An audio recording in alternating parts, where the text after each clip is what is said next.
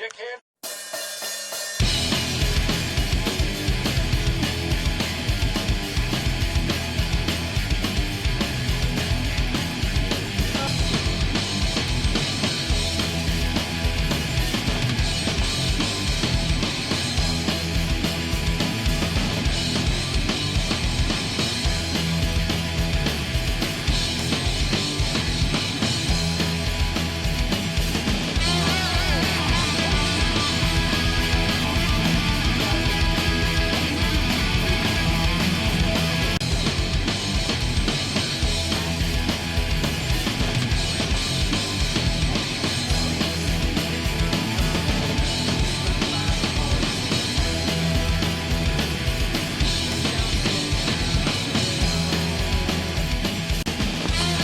Hello and welcome to our next edition of the Grumpy Old Man Wrestling Podcast here on RGC Multimedia.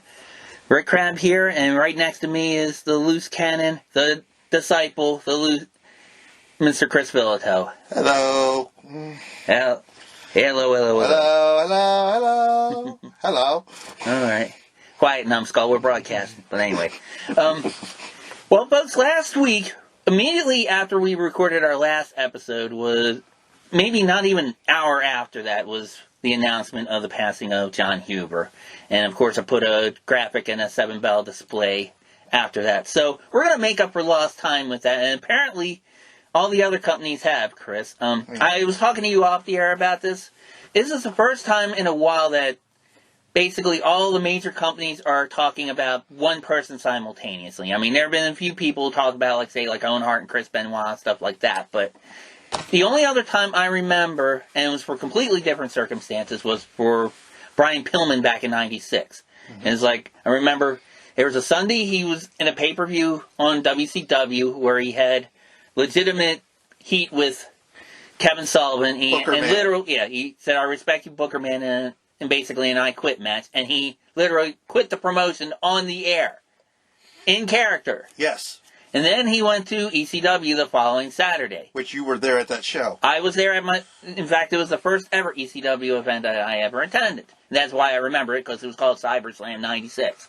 But, the thing about that is, the ECW audience, as you remember, absolutely hated Eric Bischoff and WCW. And the fact that basically Pillman told them to go F themselves on the live pay-per-view. I mean, he could have been mayor for Philadelphia, at least. Yeah. Up until he was given promo time with Joey Styles. Of course, then after that, he started calling the fans smart marks, and going, "What's a smart mark? A mark with a high IQ?" And then he decided he wanted to pee in the middle of the ECW arena. This is after he called Eric Bischoff a piece of shit. Piece of shit and burned down his coffee boy and a bunch of other things. Yeah, that was a great promo. Then he got into a fight with a plant and, reportedly trying to Abdullah butcher this kid in the head with a fork until Shane Douglas came and made the save. And calling him a WCW piece of shit only a year before he went to WCW, probably. Yeah. But anyway. But you digress. But I digress. John Huber, rest in peace again, condolences to his family, his friends, his associates. And he had worked in WWE, as you know, as Luke Harper. He had worked in AEW as Brodie Lee, and Independence also by that name. And a few people in Impact and other promotions worked with him at other places too. And so you had people from every federation, major or indie, what have you, talk about him. And different promotions tribute to him in certain ways. And Chris, I know you have some opinions about this. Alright, I'm going to pull the report. Okay, go ahead. It's to say, what I've been hearing is this guy's been salt of the earth. Very stand-up dude, loved his family, loved his son. I have no qualms about that whatsoever. What I do have a qualm with, and you said about every promotion, Impact had a graphic. I don't know if he ever worked with TNA. I don't think he has. Ring of Honor hasn't put up anything yet, but they did put something up on their Twitter account. We saw the tribute show, which me and you I can't watch that show again because I'll be waterworks. Yeah. New Japan's put something up. Vince, he's worked the majority of his career in WWE. Vince puts a graphic up. Okay? There's no tribute, no nothing. Better yet, there was a 5-minute tribute on their YouTube channel. And they talked to Xavier Woods. Basically, they filmed people that were on Raw. They didn't go to SmackDown and talk to E. They didn't go to SmackDown and talk to Kevin Owens. They talked to the people at Raw. Which, if you've been reading the Twitter, he was close to Big E and he was close to Kevin Owens. They did not talk to them at all. And seeing the individual tributes on Raw Monday night, when you saw the hand motions Xavier did before the whole blowing thing, you know what I'm talking about? Yeah. And then the discus clothesline, which they called it the Harper clothesline, by the way. Okay. And seeing the armbands on both him and Kingston. They were all talking about John Huber and talking great things about John Huber. Again, Vince, are you listening to your own goddamn fucking talent? This it's driving me mad. It's maddening when this happened. And then when the video was released, after the cameras stopped on Dynamite, and you saw Tony Khan hug Negative One? Yes. I read the comments. And one of the comments that struck me was, this is what happens when you have a human being running a wrestling organization, not a corporate robot. I agree with that wholeheartedly. Okay?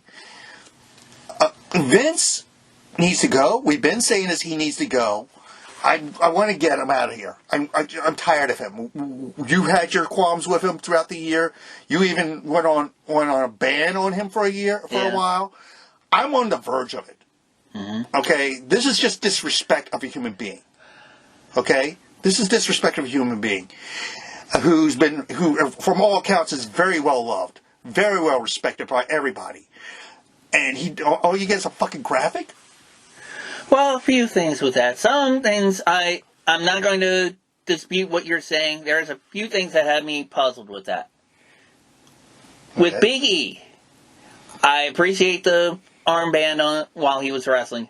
Why did he have it as Brodie and not as Harper, for one thing? Well, Xavier had the same thing. Right. Well, okay. He's known as Brodie now. That's why. Well, here's my whole thing with that. I agree. I think Vince is being petty as fuck because Brodie went to AEW and went to Chris Jericho's show and said how, basically his issues with WWE, and Vince was upset about that. But, that being said, if it were any other circumstance, if I were running WWE and I had my stars putting over my competition's top show on there, I mean, this is a different situation. He morally probably wouldn't be in a right. It would be kind of inhumane to do, but any other situation, I mean, if this was Bill Watts, he probably would have fired all of them. Mm-hmm. It's one thing for you to acknowledge it, but for them to all say, yeah, we were watching and we saw this tribute, and okay, that's, so, I mean, WWE wrestlers on one hand, okay, yes, I know it was their friend, their colleague, somebody they worked with and all of that, and they wanted to show support. But you gotta watch your ass. I mean, and I'm only saying this because of how petty Vince is. Yes. I mean, he is with his Twitch stuff. Mm-hmm. And I don't know if you noticed this, Chris. I meant to mention it to you last week. Did you know that WWE has its own gaming channel now? Yes. That's right. Why they stopped at Twitter. That's why they went after people with a third party for Twitter. So they can do their own thing, right.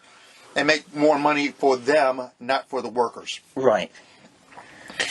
Which is another thing, which we talked about the last time. Mm-hmm. When the tribute show was going on, and I actually watched NXT Wednesday night, and I watched the tribute show the next night. Right. Not one again, a graphic. I figure Hunter would be better than that. Hunter didn't nothing. Okay. Now here's my thing. AEW was classy. I had no qualms with it. However, they may have painted themselves in a corner. What if another wrestler dies? Are they going to have a big tribute show for him or her? Or are they going to have, like, I've seen rumblings about maybe having a tournament in Brodie Lee's name, you know, coming down the road. That's what I'm hearing too, yeah. I mean, where do you stop? I mean, what was unusual about Brodie's death was this was not in the ring. How many people have you heard, how many wrestlers have died where it was either something that happened in the ring, like Owen Hart, or something related to painkillers or drugs or anything like that, like so many wrestlers. Well, after the whole Benoit thing, Vince was so burned about that when Mike Awesome died by suicide.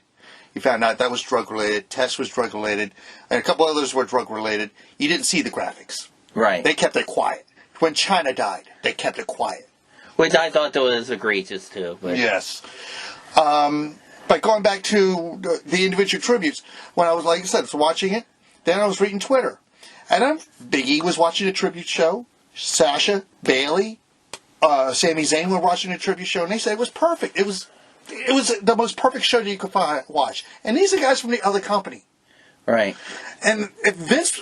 I retweeted something Tony Khan tweeted. I forgot what it was. And I tagged Vince's name and says, are you fucking listening to your own people?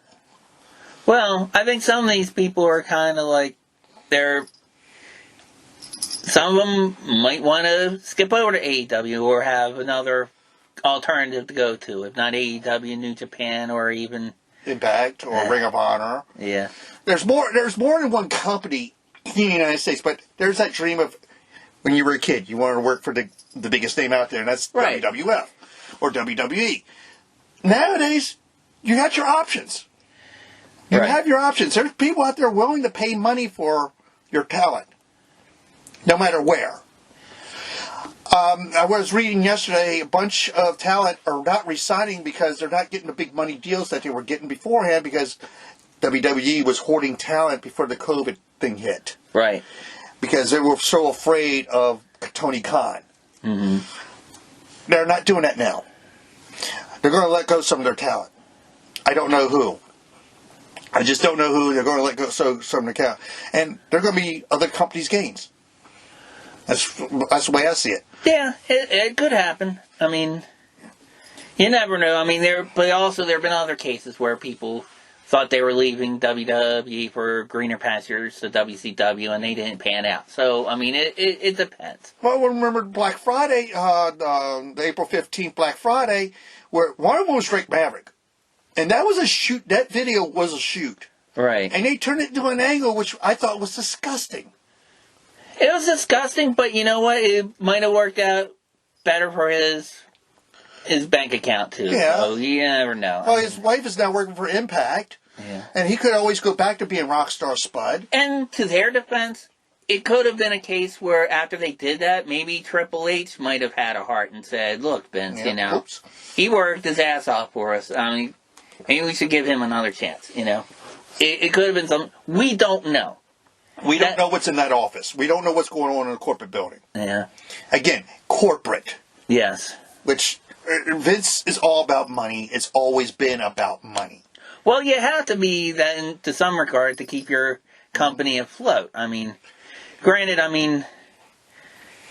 AEW hasn't made its money for being AEW. It's made its money because the father of the owner of AEW has an NFL team and I think one or two Premier League football soccer teams too, and he's made his money elsewhere. When they were before COVID hit and they were touring, they were selling out houses. You can't deny that. They were selling out houses. They came here, sold the Baltimore Arena, which, granted, it's an 13,000 seat arena. Right. But they sold it out. They sold out the Verizon Center, which is a much larger venue. They've been selling out arenas, so they've been making money. At first they were. There were a few times where they didn't, though, and they had to spend at the last minute. But, yeah, it's... Where WWE is tarping off sections of the building because they are losing an audience. Again, before COVID. Now everybody's doing that to an extent, but yeah. And the thing is, it's all Vince, it's Kevin Dunn, and it's Bruce Pritchard. The three-head pronged demon of the apocalypse. Yeah. So when Heyman was running Raw, you will admit it, Raw was really good. Yeah. When Bischoff was running SmackDown was actually pretty good. I wouldn't go that far, but okay. Now Pritchard's running both shows, and the best thing out of both shows, and I agree with some of the videos I watch, is Roman Reigns. Yeah, I would Roman say Reigns so. is the best thing on both shows right now. Right. And again, the Pritchard being the petty bitch that he is, puts Paul Heyman with Roman Reigns and don't let him talk. Yep. Which blows my ever-loving mind. That's like not letting Captain Lou Albano talk, or not letting Dusty Rhodes talk, or Ric Flair talk. I mean, that's ridiculous. Or Jimmy Hart. Yeah. I mean, I would much rather hear any of them than Brother Love. I'm sorry. Well, going back to the Brodie death is, did you hear the Cornette audio yet? I'm trying to remember. I think I did. He said, and was it the Telegram, Telephone, and Tele-Wrestler, the worst kept secrets. Right, yeah, oh yeah, he commented about how they kept his illness a secret, which it was he 2 commended months, them on. and when you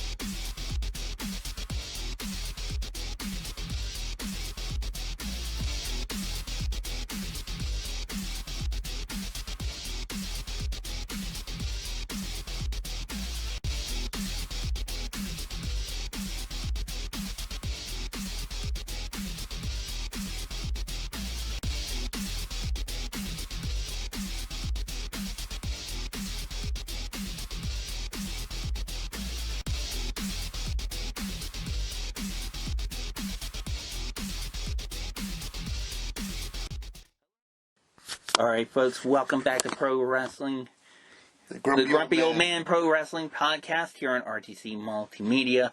Rick Crabb with Putz. the Putz, the Dickhead, the Disciple, Chris Philito. Alright.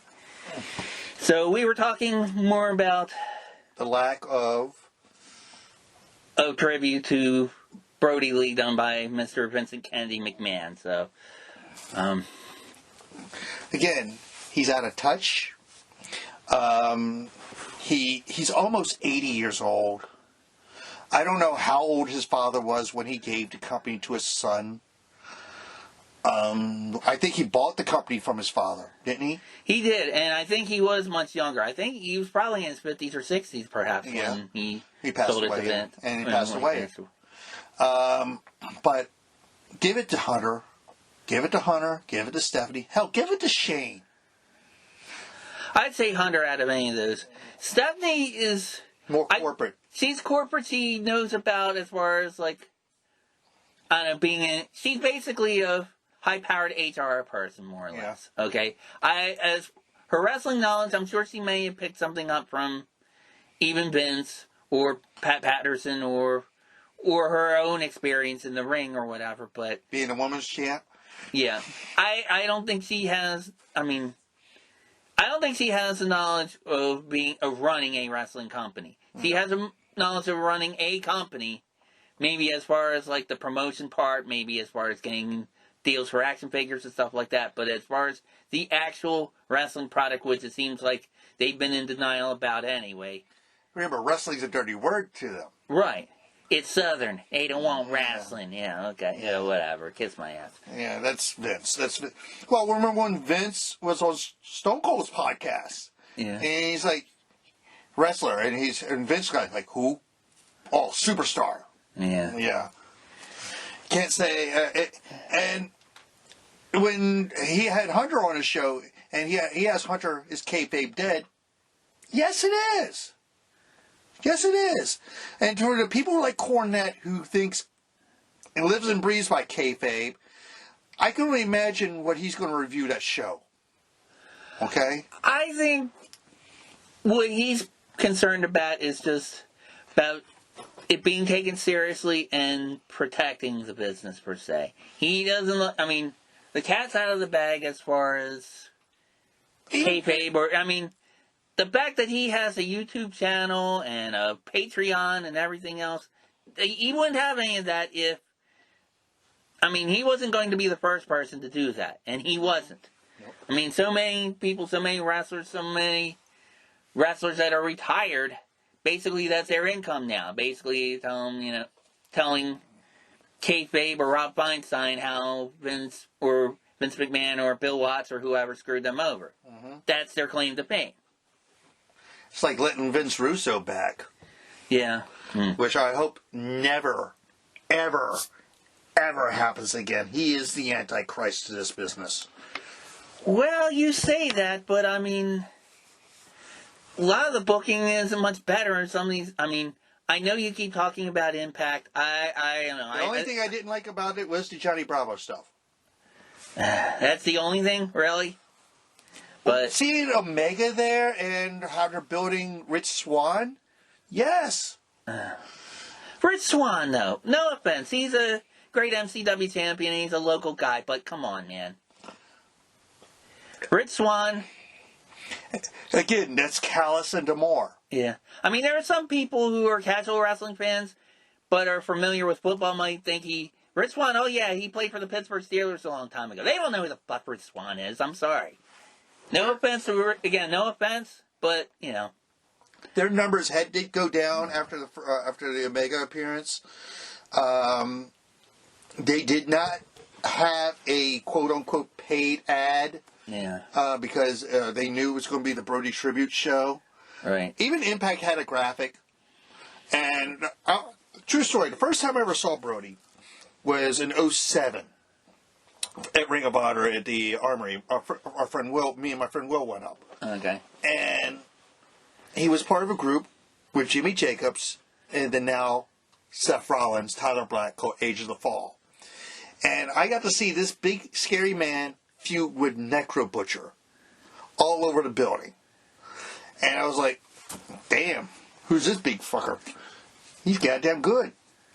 I was like, I saw him at a Chikara show here. And I was like, this guy's really good. Wait a minute, he was in Chikara? Yeah, Brodie Lee was in Chikara. What did he dress up as? As Big Brodie Lee. Okay. Basically the wife beater and the jeans. That was one thing about Brodie Lee I found interesting. It was like seeing him as Luke Harper and all that. He was definitely cast right as far as looking like a scary horror movie, part of an inbred family, like a Hills Have Eyes, Texas Chainsaw Massacre kind of thing. Then when I heard him actually speak on AEW, I felt like a kid that had found out Santa Claus wasn't real. He actually sounded intelligent. It was kind of like how I felt when I met Mick Foley for the first time. I went to an MEWF show years ago when he was Cactus Jack and he was mainly in ECW and wrestling in Indies. He had a merch table where he was selling those famous t-shirts with the wanted poster. I was with you, yes. I bought the shirt from him. I asked him, said, Cactus, how much is your shirt? And he spoke in his, what we now know as his normal Mick Foley voice. He said, oh, it's $20. I was expecting him to say, it's $20, man. And if you don't pay me, I'm gonna pull barbed wire on my ass and slice you up, bang, bang. No, I was kind of disappointed that he didn't come out like that. But I was like, okay. Well, it's like, when you meet these guys outside their character, it is kind of a shocking thing a little bit because it shatters the illusion. Right. But, like, when, who is it we met? I met Raven. Mm-hmm. I actually made him smile. Yeah. I cracked a joke to Mad Dog. Who was the big guy for MCW? Mad Dog something. Oh, Mad Dog O'Malley. Oh, Mad Dog O'Malley. And I cracked a joke to O'Malley. Raven's right there. He starts cracking up. Well, that's the thing about Scott Lee. I think if any of his wrestlers and his characters were more like him, I think he was more like the Scotty Flamingo, Johnny Polo, that guy. Much more than was Raven. Raven was, I think he was just trying to cash in on what was popular then as far as grunge and Kurt Cobain and all that. And plus, Paul Heyman kind of wrote that character a little bit too. Made it like a cult-like character. Right. But, I mean, I'd heard him even say in interviews, and other people said this about him, he said he was always cracking jokes in the locker room. He said Taz wanted to kick his ass because Taz didn't want to, he was like stodgy and didn't want to laugh, and Raven was telling these corny jokes and making him laugh, and Taz was kind of like pissed off at him for it. So, I mean, that's... Raven Scotty was in TNA. We both saw when he got his head shaved. On my old show, we interviewed James Mitchell. And I found out they gave him the wrong shears. They gave him sheep shears. Oh, Lord. He literally scalped Raven. Where to the point where Jerry Jarrett had to hide Mitchell because Raven was on a warpath. Wouldn't you? There's portions of his head that won't grow hair again. Right. And he went apeshit, and the Harris twins had to separate those two. But he said, Raven's Raven. I mean, he would have been perfect. Brodie would have been perfect for Raven's flock. Brodie was perfect for the Wyatt family. Brodie would have been perfect with Jake Roberts. I would agree. And I heard that interview with Mitchell, and that was a great interview. And he seems like a cool guy outside of the ring. However, I don't know if I would want to work with him based on some of the things he had even said. Between that and then we mentioned last week that video Forever Hardcore about how he had an accident with Mikey Whipwreck where he actually set off I think it was a Roman candle, some type of firework, and blew his thumb off. And yeah, he almost died from bleeding to death in shock, and just... Well, Mitchell was mostly a mouthpiece, and he still is a mouthpiece to this day. He never got physical in the ring at all. No. He was a great manager. He was a great foil. You heard the whole interview. You know how he got into the business and all that. I'd still say he's probably one of the greatest managers out there. Right. Next to Heyman. Mm-hmm. I don't know who you consider the greatest manager of all time is. I would say Heyman's probably in the top three. I'd say it's Heyman, Cornette, and Heenan. Or Albano's not too far from there either. Not even JJ? Well, JJ's probably 6. I would probably there's other people I'd put above JJ, like, I definitely put Freddie Blassie above him. Mm-hmm. Grand Wizard. Grand Wizard, yeah, maybe, although, I don't know, I wasn't as much of a fan of the Grand Wizard as some of the other ones. I mean, Grand Wizard he had his moments, but, Fuji was funny. the whole tuxedo thing. Promo-wise, he wasn't all that great, but he had some funny stuff. Mm-hmm. I remember the funniest video. Now, last week, I had mentioned how I missed seeing, like, the monthly promos for local shows. Yeah. And I mentioned one that Roddy Piper did. Mm-hmm. Let me tell you one that Mr. Fuji did. And if he did this now, Twitter would be lighting up like last week's Christmas trees. Yeah. Because he would have gotten in so much trouble. He was feuding with Hillbilly Jim. And several arenas, including one show here in Baltimore, he had with Hillbilly Jim a tuxedo match, where the winner had to take the tuxedo off the other person. He cut this promo and he said, "Hey, boy, son, let me tell you something. You're a hillbilly. There are a lot of black people in Baltimore that don't like hillbillies. You think you'll get a lot of cheers, but people will be cheering for me as I take that tuxedo off of you." Can you imagine the backlash that would... Oh, the trolls? Oh, my God. We might get some off of this, but you know what? If you do, thank you. That means you're listening to the show. You're paying attention. And you probably could find that promo on YouTube.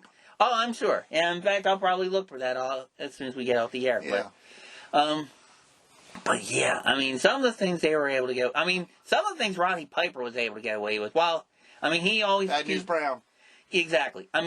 While he always claims that, he always had to fight his way out of Denny's and all this other kind of stuff. He said some stuff that's like, you know what? You deserve to get your ass kicked. It's like, I love Roddy Piper. He's my favorite wrestler of all time. But, some of the stuff he said about Mr. T, some of the things, when he was talking about the Haiti kid and just all these different things, making fun of Snuka's heritage for the famous promo. Oh, yeah. The one coconut, but... Yeah. But, like I said, that was then. This is now. You can't say that shit now. And And even we said it last week, the WWE's promos are so heavily scripted. Even Moxley said that on Jericho's podcast. right. He said, they give you like 8 pages to remember. Not only that, but, I mean, there's a fine line, too. And I think it's kind of a shame. I mean, as much as you don't want to say anything prejudicial against anyone, if you're a bad guy, you should be able to say things that are offensive. Because that means you're a bad guy. Yeah. People will pay to see you get your ass kicked on TV or at the arena. That's what you're supposed to do. I mean, Roddy Piper was brilliant at that. I mean, there are a lot of wrestlers in a lot of territories that were brilliant at that. That's called ring psychology. Exactly. And one of the best ones out there was Jake Roberts. He could talk his way out of anything. Pretty much. But although Jake was different. Jake was more intimidation with his psychology. Roddy Piper wasn't. Roddy Piper was blatant in your face. Yeah, he's kind of like MJF is now. He says stuff that he knows is going to piss people off. It'll be even like, yeah, wait till they hear this. Or kind of like what New Jack used to say to Jim Cornette. I'm going to piss off these white people, Jim. Let's see what, listen to this, so. Go back to MJF. I read something he said on Twitter today. Some kid, it's because some kid was wearing some merch he wasn't agreeing with. Mm-hmm. He said, I think the kid came out of the wrong hole. I saw that. I was like, he is the perfect heel. He is the perfect heel. Don't change him. Don't do any. Let him stay the course he's doing right now. Well, I think he did. There was another time where he was on the Jericho cruise, and somebody asked him to either sign his head or sign his glasses or something. Yeah. And he wrote the quote, unquote, "Eat shit." I remember that. Is that the night that Moxley was doing karaoke? It might have been. But even going back to the tribute show, MJF doing what he did to the kid, the -1, flipping him off, ripping the mask off, spitting on the mask. It's like, that's how you get legit heat. Right. He gets it. He's only 23 years old, 23, 24 years old, but he gets it. And you know who taught him? Kurt Hawkins. He's a student of Kurt Hawkins, Brian Meyer. Like Chris Statlander also. Right. And I can't wait for her to come back. I can't wait either. I was hoping she would get a title shot. And it's going to be business as usual this Wednesday. It's going to be a little weird now, knowing that they retired that iteration of the TNT title. No, they didn't really. They just gave the kid the belt. They gave the kid the belt. Darby still had. They're just going to give Darby a different belt. Design. Yeah. Yeah, that don't mean anything. They've done that with other wrestlers where they've given them. WWE does that with like Super Bowl and World Series champions. They give them a title. Yeah. It doesn't mean shit. It's just a cool trophy or whatever. And it's just, I'm going to watch the New Year's Evil show on Wednesday night and probably watch AEW again Thursday night. And for their, New Year's Smash show, I think it's called. Mm-hmm. Because they're going to, on NXT, they're going to have a last woman standing match between Rhea Ripley and Gonzalez. Right. Which I think is going to steal the fucking show. And I don't know who he is facing. And it's going to be, we're going to get Finn and O'Reilly too, which hopefully they don't break each other's jaws again. I hope not, because that was legit. And on AEW, I just want to see Abaddon win the title. You do? Huh? Yes, because I'm drawn to dark characters. The Bray Wyatts, the Ravens, the Jake Roberts, the Undertakers. She's a dark character. She's an interesting character. Yeah, okay. I won't dispute with you with that. My biggest problem with AEW isn't so much who has the belt. It's you hardly ever see that damn belt defended. I think Moolah defended the belt more doggone times than the AEW ladies have. I mean, it's ridiculous. Well, you gotta remember, they don't know how to book women. they can't book women matches. That's where NXT is way better. I'll agree with you there. Because their NXT women's roster is so deep and so stacked right now, it's not funny. Well, which is why you see what's her name, Deed, who won the NWA title. You see Thunder Rosa. You see these Allison Kay. You see these other women from NWA and other promotions on Dark to fill out their roster. Yep. And what I think AEW should do is sign an agreement, have some kind of agreement with Mission Pro Wrestling, Thunder Rosa's company, and maybe it could probably build almost like a good women's development center for them. Well, what I've been hearing is Rachel Ellering is done with NXT. She's good. She's very good. Let her go to AEW. She was in AEW briefly on Didn't she do the Battle Royal? She was in the Battle Royal. She was on Dark a few times too. And wow. Yeah, we're wowing because in addition to watching wrestling, we're watching football, and basically the Chicago Bears player has half a Soldier Field in his face mask right now. Turned the man thing. Yeah, pretty much, yeah. Yeah, it's like, I hope nobody on Green Bay is afraid of him because he might burn up anyway. I'm not watching Raw Monday night. I'm not, because there's going to be, to me, a better show. And I'm going to get to that later, and that's going to be Wrestle Kingdom. Okay. Because you're going to have more action, less talky. Okay. You're going to have more stiff, Japanese strong style action than what you're seeing on WWE. Okay, well, tell you what. How about we take a quick break, and when we get back, we're going to get your opinion of Wrestle Kingdom and other issues going on. You're listening to the Grumpy Old Man Wrestling Podcast here on RGC Multimedia. We'll be right back.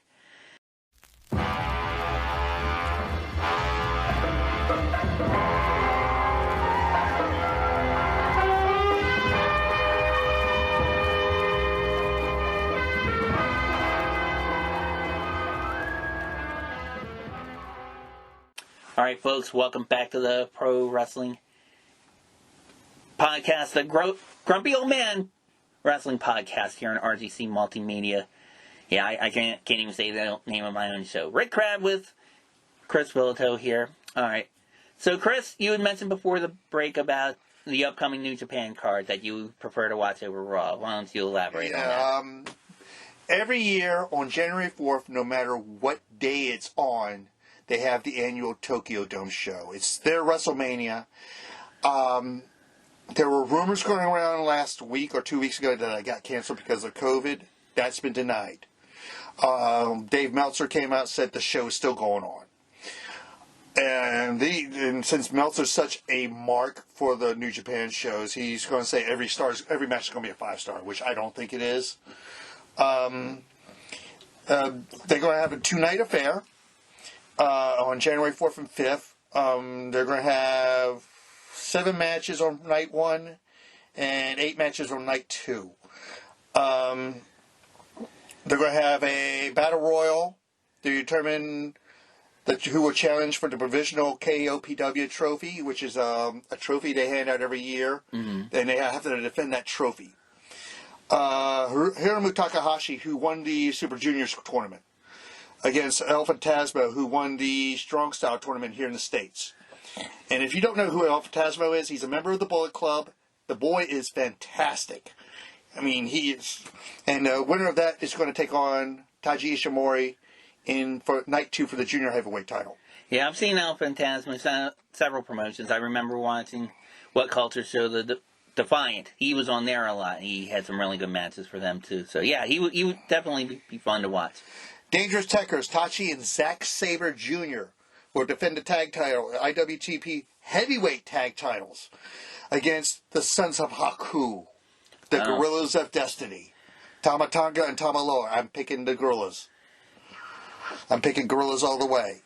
Kenta, who you used to know as Hiro Itami in NXT, will defend his title shot for the U.S. title, which Moxley has right now, but hasn't been able to defend because of COVID, against Kojima, which I've never seen Kojima before, so he's something new to me. So how are they going to do that? Are they going to say Moxley vacated it because of that, or is he going to be like an interim U.S. champion? Was it about a year and a half ago? He couldn't make it because of a typhoon that was going there, so he had to vacate the title, and Lance Archer won it.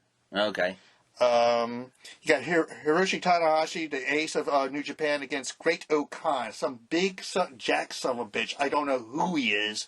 They gave him a Mongolian gimmick. Oh, okay. You got Okada versus Will Ospreay, which is going to be match of the night. Right there. I'm calling it right there. It sounds like it could be. Tetsuya Naito defending the both gold match against Kota Ibushi, who didn't he win the Cruiserweight? No, he didn't win the Cruiserweight Classic because Perkins did. But he was in the finals for NXT. Okay. Then you have night 2. You have 2 matches from Stardom, which are dark matches. They're not even going to be on camera. And Suzuki-gun, who you've seen Minoru Suzuki. Two of his guys, El Desperado and Kanemoto, defend the IWGP Junior Heavyweight titles against Taguchi. They call him the coach because he comes out wearing a soccer jersey. Okay. And Master Wato. They're calling themselves 1 or 8. Okay. Shingo Takagi, who he's what Suzuki was 20 years ago. Okay. He's just a stiff hitting son of a bitch. Defending never open weight title against former Ring of Honor guy Jeff Cobb. Oh lordy. Oh lordy is right. That's going to be nothing but a stiff fest. Evil versus Sonata. Taiji Ishimori versus the winner of the Takahashi Phantasmo match. And Jay White against the winner of the Ibushi Naito match. I'm saying Jay White's going to win all of it. Because he is he is the monster heel they got. He is the only one that gets a reaction out of the crowd. Because he's that much of a son of a bitch. Right. But, and they get, like I said, it's 2 shows. I'm going to watch Monday. I'm going to watch Tuesday. I'm going to be off all weekend next weekend. I'll just stack up the WWE stuff and watch it on the weekend. Okay. Because I really don't, because of the Brodie thing and Vince being Vince and it's just being so tripe. You know what I was doing Monday night? I had the show on, but I was playing video games. Okay. I was going to say be careful. I was playing video games because I only watched the stuff I wanted to see. I ignored the rest of it. Okay. The thing that Raw that got me. Oh, this is another Brodie reference. Was Alexa Bliss? Right. What if you watch Being the Elite? What did Brodie always call John Silver? I don't watch it, so he calls him a little bitch. Okay. What did Alexa call Randy Orton when he went and light her on fire? Okay. A little bitch. I don't know where they're going with that. I'm curious how they're going to go with that. Well, you know who else in that company's been calling people that? What? Kevin Owens has been calling Roman Reigns that a few times. Yep. So. But, there it makes sense, though, because he's basically calling Roman chicken shit for having Jey Uso interfere for him, so. I will say this. Jey Uso is a hidden find. I mean, he has stepped up his game so much, and he's gotten so good. I never knew how good he really was. Well, I mean, I knew he was a good heel, you know. Good worker in general. Right, but with the I Quit match in the Hell in a Cell, which was fantastic. Storytelling was great from both. Night of the Champions, the first match, where it was great. Jay is great talent. I hope he gets a singles run and gets a title soon. I think he would go great with it. Wouldn't you? Except, how you want to get it off of Roman, though? He gets injured? Or Vince changes his mind like he does every 3 weeks? Yeah, something like that. Because, what is it, Wrestle Talk said, Vince will give you a push for 3 weeks and he'll forget all about you? Right. Well, don't feel bad. He probably does that with his catering, too. But Yeah. But like I said, I liked what I saw at the end of Raw. It leaves you wanting more a little bit with Orton with the match. Mm-hmm. Alexa pouring quote-unquote gasoline all over herself. For you to say, yeah. Yeah, that we all know that was probably water. Right. But and she making a circle and a trail to Orton. Right. And she said, she kept on daring him to do it. I was like, where are they going with this? Where do you think they're going with this? I don't think they know where they're going with this. That's the problem with WWE. They come up with stuff and then it's kind of like... Then Vince gets a hair up his ass and decides to change it to something else and forget what the previous angle was. And you get these convoluted, conclusions or rather non-conclusions of stories. And that's a problem. Yes. The show 2 weeks ago, which they drew their lowest rating ever, the writers wrote those matches specifically for Vince, to please Vince. Mm-hmm. That's full of shit. Problem is, you also had a SmackDown that was one of their highest episodes ever, and he's going to say, "Oh yeah, well we came back," which is bullshit because it was on Fox and they had a football game on, and it was Christmas Day. Yep. I mean, people are home. Christmas Day during COVID. How many people are actually out? Right. That's right. But like I said, Vince is Vince, and Vince. How many times have you heard Vince ripping up scripts day of, and they're writing in shows as it's happening? Yeah. Pretty much he's Nancy Pelosi every day, but And you don't hear that from any other company. Well, you don't hear that doesn't mean it doesn't happen, though. Yeah. I read something recently where Tony Khan had done that with a script not too long ago. Well, yeah. Well, with the Brodie show, you had to push everything back, and he had to book everything within 3 days. Yeah. And he found out how hard this job really is then. Well, yes and no. Pretty much, you'd have to be a total fuck up for the Dark Order not turn into the New Day. Basically, turn into instant baby faces. And how every member got the pin. Right. When it's usually the exact opposite. They're usually the joke. Yeah. Going back to the tribute show, the two things that made me choke up a lot and was John Silver at the end, where you just see him break down. Mm-hmm. Eric Rowan showing up. Oh, excuse me. If you watch, I'm going to do a little plug here. I watched Going In Raw on YouTube, and they were joking around. One's calling him Redbeard, the other one's calling him Rowan. Well, yeah, it was because Jericho was marking out, and he was calling him Rowan, and then Shivani and Jim Ross were trying. You mean Big Red? Yeah. He's called Eric Redbeard everywhere else now, and from what I understand, he has not signed a contract with them. Yeah, because last time I think I saw him not too long ago on Shit Packed, but yeah. No, he wasn't. He was not on there. I thought I saw him not too long ago. No, he wasn't. I saw him somewhere. It may have been. I know it was somewhere that was not WWE. Maybe it could have been AEW Dark, maybe, but probably was. But that kind of got me. But the real moment that got me was the ending when they laid the boots down. Yeah. And I'm going to quote Ric Flair: "Would bring a tear to a glass eye." Yeah. And if you're not emotional watching this, you're made of stone.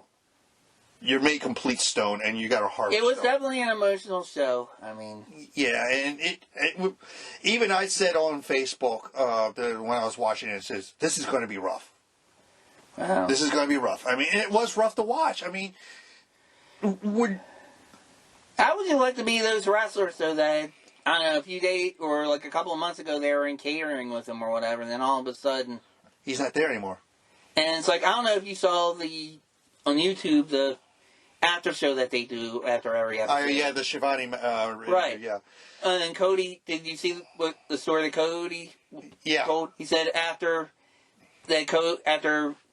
Cody got the belt back from him, he said that Huber bought him a bottle of whiskey. Yep. But Rhodes said he knew they weren't going to share it because he immediately wanted to get back to his family.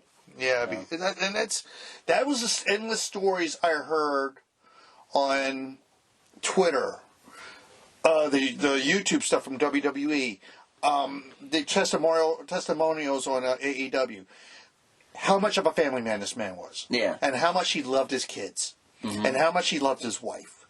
You don't hear a lot of that in the business at all. This guy's kind of like, they made him look like salt of the earth. I don't know. Every now and then you do. Usually, you hear it is worked into an angle, kind of. Kind of like the Eddie Guerrero, "I'm your poppy" thing. I've heard it with that. I've heard it with Kevin Owens when he came back. He was talking about how he took the time off and he was going to the movies with his kids and all this other stuff. I mean, usually it's worked into a work. Well, Owens did videos where he was playing he was bowling with his son. Right. And he showed you how bad he was as a bowler. What surprised me, and somebody, so I'll even say this. The reason why they didn't do anything, and somebody who played devil's advocate, was Joe Hamilton. He said they didn't want to step on AEW's toes. Let them do this out of respect. Could you see it like that? That's an interesting theory. I personally don't. I think Is Vince being petty? Yeah. He's making fun of me. I don't talk like that. I don't make people eat after me. Yeah. Bullshit. The steak thing. Yeah, the steak thing. Like I said... Cornette even said that he saw that happen, but I mean, it's like... Well, Cornette even said Vince obsessively shaves because he doesn't want to put the beard over. Right. Okay, he has issues. I remember reading the Playboy interview he did years ago, where even Vince says he's dyslexic. He admitted he has dyslexia, and he probably has ADD and OCD. Squirrel. Yeah, he probably has OCD because some of the stuff I've been hearing is some of the obsessive compulsive stuff he does. Right. You don't need that to run a business. No. He needs to retire. You need somebody with a right brain in their head. And it looks like it's Hunter. I think another thing, though, we're not mentioning, and I mean, part of it, yes, it could be mentally he's not capable, but he has other people to answer to. It's not just USA. him. Not only that, stockholders. Yeah. Because he does their quarterly conference call every quarter. When you have that, you have to change things up. You can't, unfortunately, it makes the product sometimes boring, or you have to go more the family route. Well, he even said when they fired Heyman, he blamed Heyman on the low ratings. That's why he fired him, to please the investors. Really? You got to look in the mirror, son. Right. Sometimes you got to look hard in the mirror if you want to look for blame. I mean, what's the only constant that's been in that situation? He's gone through Heyman. He's gone through Bischoff. He's gone through his own family. He's gone through a lot of people. Russo, Ferrar. Well, Russo and Ferrar, I mean, that's... Yeah, those are two different cases right there. That's separate, but yeah. And any other writer, director who's been behind the scenes, the constant is Vince and Kevin Dunn. Kevin Dunn, I think he's in the production truck. Now you got Bruce Pritchard. Add that to that mix. Bruce, I don't know what to say about Bruce. I honestly don't know what to say about Bruce. If he is the Roman Reigns thing, great. Everything else is bullshit.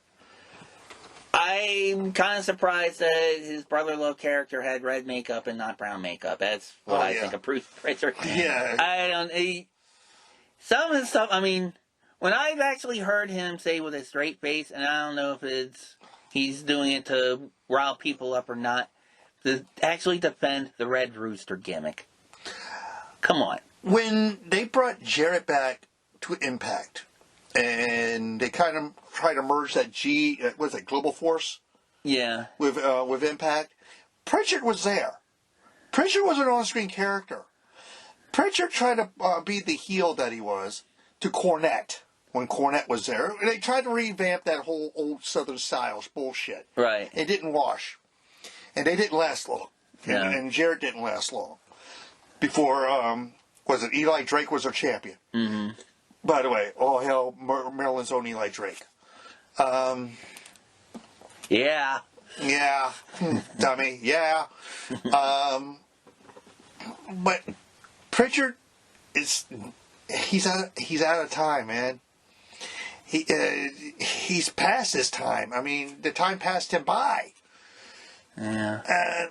In other words, Chris, you love him. No, I'm just kidding. No. I can only imagine them bringing him back.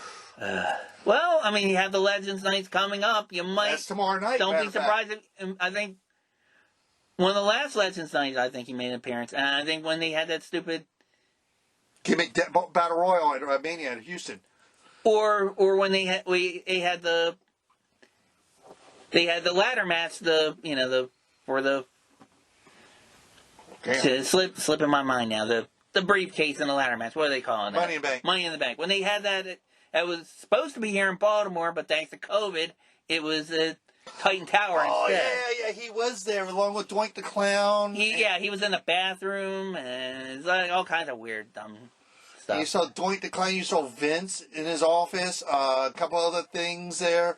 The food, I don't want to go there. Jeez, it's just going to give me... I mean, it was kind of like WWE's version of a Mad Mad World. It was ridiculous. It was, yes, it was.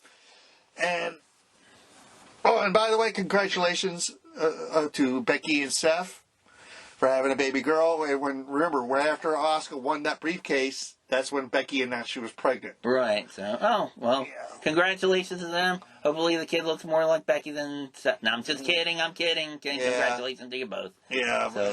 And she named the kid Rue. Roux. Okay. It's an Irish thing, probably. Yeah, well, it sounds French, but okay. Either way, good for them. Congratulations. But, I don't know what else to say about WWE, man. It's just... we both grew up watching it. We both were again, I'm a fan of the boys. I'm a fan of the girls working the product. I'm not a fan of Vince running it. I'm not a fan of the corporate running it. If you know what I mean. Yeah. It's you're damn if you do, damn if you don't. So you mean you're not a fan of the progressive flow of the match? You're not a fan. You're not a fan of picture-in-picture.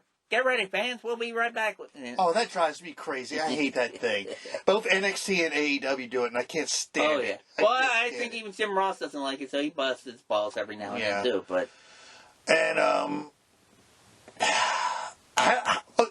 what would you do to fix WWE? One, fire Vince. Yeah. 2 fire Vince. 3 fire Vince. Yeah. Pretty much, I'd let Trish take it over and maybe maybe put Heyman in a position, maybe put him in like an NXT or something like that.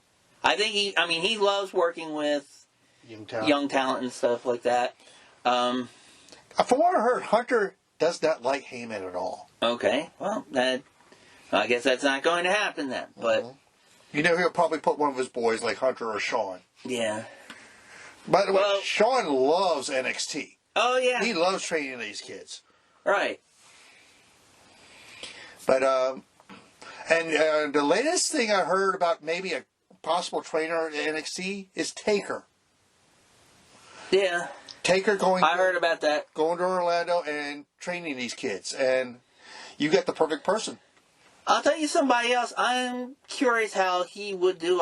Because there are so many times you hear in sports about some former players that are great, but they're not necessarily the best teachers because they were gifted and they don't understand when people. What about Flair? He's booked in WCW before and I've heard so many good, bad things about him, about helping talent out and booking and all that. Because him and Dusty were always button heads behind the scenes. I don't know. I honestly don't know. Flair would be great.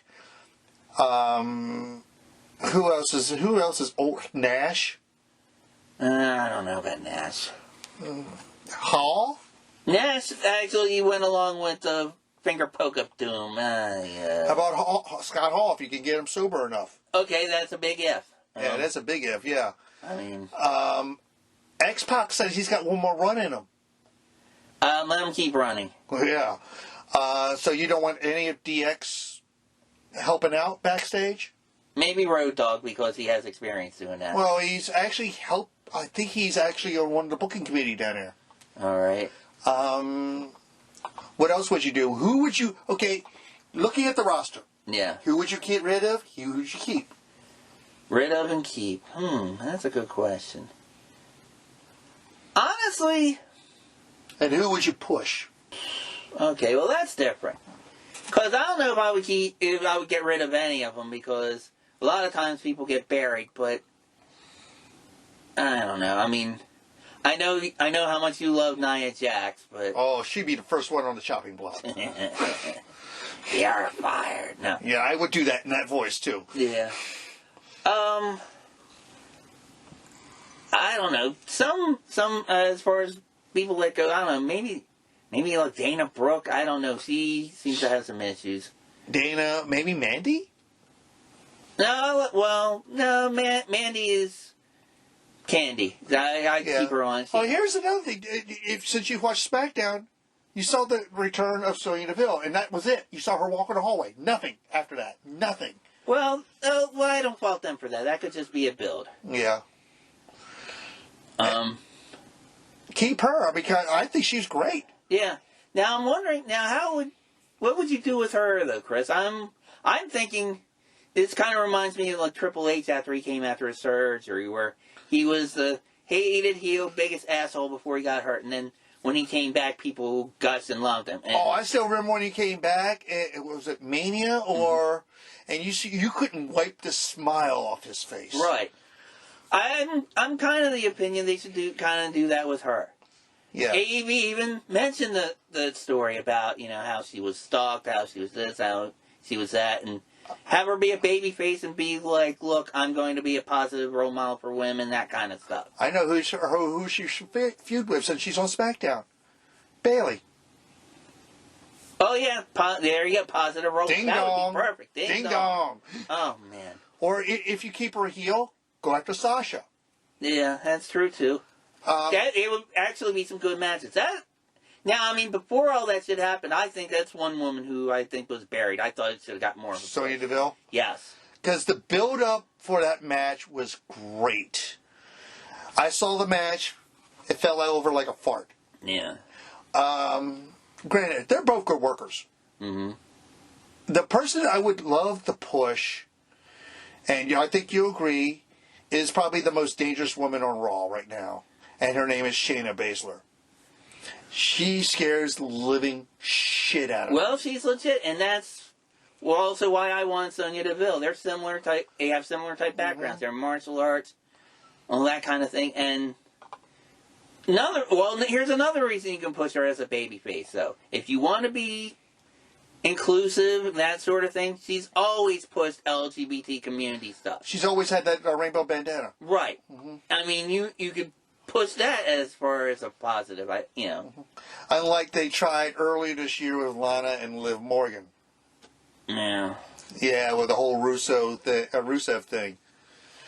Which, again, that lasted 3 weeks because Vince has ADD. Mm-hmm. Like I said, push Shayna as your top heel. Push her as a monster like they did earlier this year until Mania, which they dropped the ball on her. Oh, they always drop the ball. Speaking of people they dropped the ball on, Keith Lee. I don't know what they're doing with him. Well, they don't know what they're doing with him. That's a problem. Oh, what was it? They were going to send him, Otis, and who was the other? Oh, Damikato, back down to learn some more wrestling. Back down to NXT in the Performance Center. Keith Lee's one of the best fucking talents they got. It's gotten to the point where they've actually built up NXT and things have gone so far south for the main roster where you have people who are like, Trips, can I stay down in NXT? They don't want to go to the main roster because they're afraid they're going to get buried. Like a so-called Aleister Black. Yeah, that's ooh. Yeah, Aleister Black is being punished because of Selena Vega. I said this last time. Oh, of course. Because Selena's still using her Twitch channel. There are Instagram photos of her and him still together on doing social media. If I was him, I would try to find some way to get out of his contract. I would go back to doing the indies. I would go back Ring of Honor, Impact, or AEW. Him as Tommy. His indie name was Tommy End. Mm-hmm. Where would you see him as? Which would you think would be better for him? For who are we speaking of? Aleister Black. AEW, which he could be a buzzsaw killer in there. Yeah, right. Or he could be a buzzsaw killer in Ring of Honor. Or even bottom rung Impact. I mean, he could go anywhere. He could go to Japan. As far... Maybe AEW, but you have too much of a glut of guys that are like buzz killers and stuff like that. Yeah. I think he'd be more like a Ring of Honor kind of guy. I think. I should have him against Roosh or against Shane Taylor. Right. I think they would allow him to actually be more stiff. You'd see more athletic type of matches. Yeah, and or him against Jay Briscoe. You definitely see some stiff stuff there, but. But I don't know if that gimmick would work with Jake Briscoe, though. Because what you see with Jay is what you see with Jay. Right. Because he is a dumb redneck from Delaware. Right. Along with his brother. And by the way, I found out there's a sister out there. Leave that marinate in your head. Well, weren't they doing a thing where ODB was pretending to be their sister or whatnot? Oh, you know what they called her? Old Dirty Briscoe. Yeah. And she was drinking beers with them and trying to keep up drinking beers with them. I don't know. I met her once actually it was a free indie show at Della Rosa's years ago. And that was MCW, wasn't it? Yes, it was. And, no, she was alright, She was toasty. Yeah. And from what I'm hearing, in that flask was legit Jägermeister. And I'll tell you what, Chris, if I would have had some of that flask with her, I might have been talking about her a little differently. Yeah. In a different light. Yeah. But, one thing I did like what Impact did, I think it was 2 years ago, they had ODB come back. And you heard about what happened to her food truck, right? Refresh my memory. I remember something happened to her. She had a food truck, it became a barbecue. And Impact was raising money to help her out. Right. And I thought that was, again, D'Amore and Callis being stand-up guys. Right. And you can say what you want to say about Impact. They have their right moments. Again, next to NXT, they have a stacked women's division. They had for a long time, but that company used to be fun to watch. I don't know. I can't get into them now. They're just some of their stuff's too hokey. I mean, like you mentioned before with the Johnny Bravo stuff, and just right now they're doing something with Mitchell trying to get rid of the Sue Young character. They could try to bring Susie back. I watched the year-end awards they had on there, but she won Wrestler of the Year was Deanna Purrazzo. She was also Knockout of the Year, and she didn't get Match of the Year. The Match of the Year was that 5-way where Eddie Edwards won the title back. Right. From and Eric was last two was him and the return of Eric Young. Well, and by the way, Eric Young is striking gold, being this heel, psychotic, sinister character now that we saw with sanity. Right. In NXT sanity, not fucking main roster sanity, which they disappeared as soon as they appeared. That and your dream girl, Nikki Cross. Yeah. It looked like they were going to push her, and then all of a sudden she turned into who knows what. When was the last time you saw her on TV?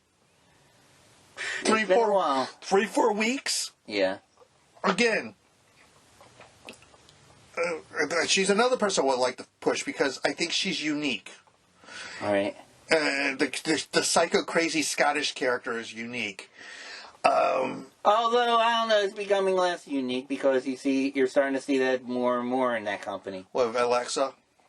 Well, no, I'm talking about crazy Scottish. I mean, Drew. Their champion's a Scottish psychopath. Yeah. Yeah. The whole sword thing, which Hunter and Stephanie gave Vince that sword. That's Vince's sword. Okay. What kind of shit is that? I think it's like, oh wow, he looks like somebody out of Braveheart, pal. You know, make him fucking Braveheart. You know, that's what. You know what that is. Well, remember when Drew was there the first time and he was feuding with Morrison? Yeah. And Morrison dresses Braveheart and making fun of him? Right. Again, another person I would get rid of, even though he's all right, is Miz. Miz is not good. He's never been good talent. He's a good heel. He's a good heel. The promo work he did on Talking Smack, was it 3 years ago with him and Daniel Bryan, was fantastic. When he basically went shoot on Daniel Bryan. Right. Morrison, keep. Hell, bring his wife. Yeah. And while she's going to be busy trying to get the Knockouts title back from Deonna Purrazzo at their pay-per-view. You know, who would you push in the women's division on both shows? On both WWE shows, you mean? Yeah, on both SmackDown and Raw. Because right now, I think the women are more over than the men. Right. And SmackDown, I think they're doing it all right with Sasha. If not Sasha, Bayley. Bianca. Bianca, I'm not sold on her as much. Do you think she needs to go back down for more cooking? Yeah, I'd say so. And it's like, especially the only way you give Bianca a push, you'd have to make Sasha heel or give the belt back to Bayley or another heel. Or go Bianca heel where she was down in NXT. Yeah. You have to think about the ponytail. The ponytail is a stupid fucking gimmick. I'm sorry. It's a prop. She's a great athlete. She is a great wrestler. She could be, and I think, I have no doubt she could be a very popular champion if she were a babyface champion. Mm-hmm. But the ponytail thing, okay, that's... When she first came in NXT, she used it as a weapon. She actually cut Shayna Baszler open on her side of it. Okay, yeah, exactly. It's like if there were a real wrestling sport, number one, referees won't allow her to have it because, number one, it could be a danger to someone else, as you mentioned with Baszler. It could be a danger to her, too. Because I guarantee you, if I was fighting a dude with a fucking long ponytail, that would be the first thing I would do. Grab it and try I'd grab it and try to break his neck after that. Yeah. Absolutely. Yeah. Mm-hmm. Even Cornette would have said that. Who would you push on Raw? Asuka is getting the push of a lifetime right now. And I agree with that. I like Asuka. Asuka's, you know what I call her? I call her the female version of Tajiri. She's a buzzsaw. Right. I know it's been done to death already, but Charlotte is still... The Omni Flare? Still the tops in that company with the women. As far as anybody else, I'd push Bliss. Her way her promos are and all that, my goodness. Ever since the whole Braun Bray feud, where you see her slowly turning, I don't like a possession thing. Yeah. She's gotten better. When she started doing Sister Abigail, I was like, holy shit. That was different. That was supposed to be like a mirage in that cinematic Friday the 13th bullshit match, but I mean... Well, remember in this the Swamp match, she appeared as Sister Abigail. That's what I'm referring to, yeah. And the stuff she did when she called Randy out and poured quote-unquote gasoline on herself. Right. I was like, wow, this is something different. But, I mean, it was like... She's not really straying too far from past gimmicks of hers, though. I mean, she's basically bringing back the Harlequin thing. Well, again, a lot of these guys are comic book nerds, especially probably the writers, right. And they're trying to make him Joker and her Harley. I wouldn't be surprised. Even Bray has green hair. Except they're also trying to make them Suicide Squad and make them baby faces, too. Yeah. And when she said 2 weeks ago, when he comes back, it'll be something unlike we've ever seen before. I'm dreading this. I am so dreading this. Part of me is, but part of me thinks that I think all along they've had long-term plans. I mean, Wyatt has actually designs as far as like different masks and different shit and like that. So I'm hoping it's something like that and not like... Make him Doink the Clown?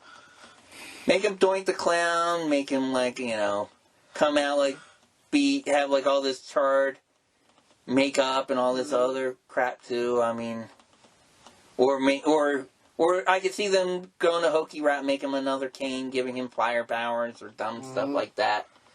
I mean... Yeah. I mean, I like the fact that they had the reinvention with the Firefly Funhouse and him...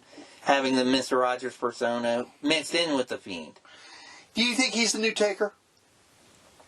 I think that's what they want him to be. I don't know if he's going to make it do that. He has the longevity?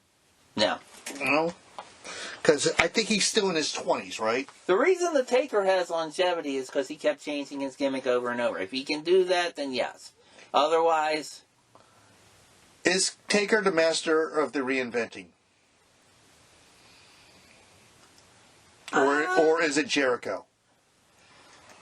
I'd say they're both very close. I'd say Jericho more. Jericho is more diverse with his reinvention.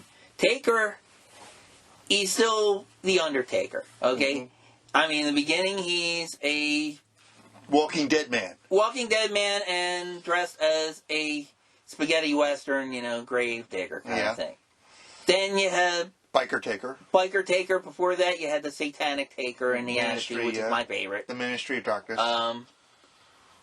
Yeah, and then you had him coming back sort of as, you know, the Dead Man and all that, you know. Wearing the cowboy hat. I remember that Mania against Kane, But pretty much he was still called the Undertaker. He was just different types of Undertakers. He was kind of like, you have different types of Batman over the years, you know? It's like you have the grim vigilante Batman, you have the detective Batman, you have the friends of all the kids like Gamera Batman, and then you have... Batman 66. Right, yeah, Batman 66, and then you have him being back to the grim detective... You have him being the detective Batman and back to the grim Batman. So it's like cyclical with him. Yeah. Undertaker's like that, you know, where it's like, okay, yes, he does have different costumes and his gimmick has been tweaked, but he's still basically the same character. Yeah. Jericho, he's been different. He's been Y2J. He was the silent Jericho. He was the arrogant asshole Nick Bockwinkel Jericho. He was the you made the list Jericho. He was the painkiller, whatever the hell he was in Japan. Jericho. The best friend. Right. Then you have the Le Champion and the what did he call himself after that as far as the rating? Demogod. The Demogod. Yeah, that's Jericho. So I mean, I think he's done it better than anybody. And you say somebody should help out behind the scenes. When Jericho finally retires, he should be helping these kids out behind the scenes. Right. Because he gets it. And where did he learn it from? Stu Hart. Mm-hmm. He was a graduate of the dungeon. And from what I'm hearing, Lance Storm might be coming there soon to help out behind the scenes. Oh, behind the scenes. At AEW, you think? Yes. Okay. because him and Jericho are very tight. Right. Yeah. Oh, yeah. I mean, they started off in the business The Thrill together. Seekers, yeah. They were there for the Jim Cornette Dairy Queen incident. oh yeah, yeah. Do you think as many bridges as he burned, do you think Cornette ever come back and help some company out? Never say never, but I would say no. He's just it's just that he doesn't want to do it. He's fine staying at home and doing his podcast and selling his action figures, and even that he complains about. So well, like I said, he doesn't like, he never has liked traveling, and especially with all this COVID and all this other nonsense, Well, he trashed Vince. Mm-hmm. He trashed Dixie. Oh, I still remember the youth shoot with Dixie when he invaded the shoot going, why do you keep on rehiring Vince Russo? Right. Yeah. Well, that's the whole thing. It's like he'll burn more bridges. It's like he's already burnt them with Tony Khan criticizing a lot of their wrestlers and their talent. So I don't think he would go over. I don't think they would want him. The 10-minute video, the 10-minute audio I heard on YouTube a couple of days ago when he talked about the passing of Brodie Lee, he did backhanded comments to the booking of AEW. Right. He put over Brodie Lee, but he hated the booking of AEW. Oh, and that's fair. That I don't have a problem with that per se. I mean, he just disagreed with how his character was booked. I don't blame him for that. No. Yeah. But like I said, it's Cornette. Cornette hates New York. He hates him. I would love to see him and Heyman in a room together. Well, even though Cornette hates Heyman with a passion. No, I don't think he hates him. I think he just doesn't trust him. Yeah. I think they work their stuff out. One thing, we were talking about Pritchard before, one thing he said in an interview I tend to agree with. He thinks that Heyman and Cornette are two sides of the same coin. They're basically the same. They got into the business the same way as photographers. Yep. They have their own vision of their own companies. They tried to run their own companies. They went bankrupt doing it. Yep. The only difference is you have Heyman is a New Yorker who doesn't like the South. You have Cornette, a Southerner who doesn't like the North. So it's like if basically, they have similar philosophies, but, it just can't, it's just certain parts of the country they don't want to go to. Yeah, any place that's cold or warm. And both bailed out by the WWE. Right. Both bailed out. And the best thing Heyman's ever done in the WWE was that promo he did before Survivor Series on Vince. You remember that? Yes. The one where Taz came out and choked him out? Yeah, and the portions you didn't see on there is Heyman mentioned Bruno. Heyman mentioned, and he said, you shitted all over Bruno's memory. You shitted all over Hogan's memory. You shitted on your father's memory. Mm. They edited it out. Heyman, that was a shoot on Vince. Yeah. And he says, the ideas you stole were mine. The Attitude Era was ECW. It was. It was ECW. Although, it depends who you ask. There are some people who say that they stole from Memphis. How so? Pretty much, a lot of the hardcore stuff, they claim that they did with Onita and other people, that Onita got the idea of to start his hardcore promotions with. What, for FMW and all that? Yes. Okay. Because they had the Brawl in Tupelo, which you probably heard about. Yeah. And Onita thought, if you ask Lawler, they'll say he misinterpreted that as what hardcore wrestling should be, and he just took that and ran with it over there. Didn't Lawler have that empty arena match with Funk? Yes. Okay. And I think that's part of the problem where he thinks that Heyman basically copycatted him. And he had heat with Heyman long before that, when Heyman chickened out of that the scaffold match, and Lawler punched him for it. Yeah. Well, explain to me why he showed up in ECW then. Vince? No, I'm talking about Lawler. No, because of Vince. WWE wanted him to go there. Yeah, and Cornette showed up there too. Who, by the way, do you know the story of how Cornette really hurt Tommy Dreamer? I thought it was Lawler that hurt Tommy Dreamer. No, it was the tennis racket shot to the balls. No. You got it wrong. It was the Singapore cane to his balls. And Dreamer said that made him pass out. He said Cornette's racket woke him up. He broke a testicle. Yes, Lawler did it, not Cornette. I thought it was that. Okay. He said Dreamer said he had to have 10 cc's of blood pumped out of his nuts, so, I mean... But, look, and I'll even say this, looking back at ECW, you only had a handful of good workers there. And I wouldn't say Axel Rotten was a good... And rest in peace, Axel. Axel wasn't a good worker? Depends what you find as good worker. I will agree with you that a lot of them were not good technical wrestlers. I think a lot of them had great promos. I think a lot of them had other athletic attributes and other things that they were better at. Taz. Right. Taz. I was not a big fan of Shane Douglas. I never liked Shane Douglas. No, I disagree. I loved Shane Douglas. I thought he was dry. He was very dry. But no, I liked his character though. His character there was being a blue chip athlete, where he called himself the franchise because he thought he was like an arrogant baseball or football player, like a quarterback or a pitcher or something. That's how I took it, and I think that's how he wanted to be. So I liked that gimmick, and he was a good technical wrestler. I disagree with you on that. Dreamer wasn't. No, Dreamer was more of a brawler, but with him, it was more sympathy, psychology, that kind of thing too. Because and yes, he did do a lot of hardcore stuff, but it was more the fact that one thing he loved was he loved the Raven feud. He loved the fact that he always lost to Raven. The whole thing, it was like you felt sorry for him because you're thinking, okay, finally he's going to beat Raven, and then Raven comes up with something, either getting one of his lackeys to help him, or the Brian Lee thing. Yeah, or somebody to sneak up and attack him or whatever. And then when he finally did get the victory, when Raven was going to WCW, then you had the Jerry Lawler thing. Oh yeah, and Louis Piccoli. Right, Louis Piccoli. Because remember, we were thinking Beulah's going to be inside of a milk carton. Because Spicoli carried Beulah away. Yeah. I was kind of disappointed that there were certain things they didn't do with that, but I'm not going there. Do you think promotions like CCW and GCW are passé? Yeah.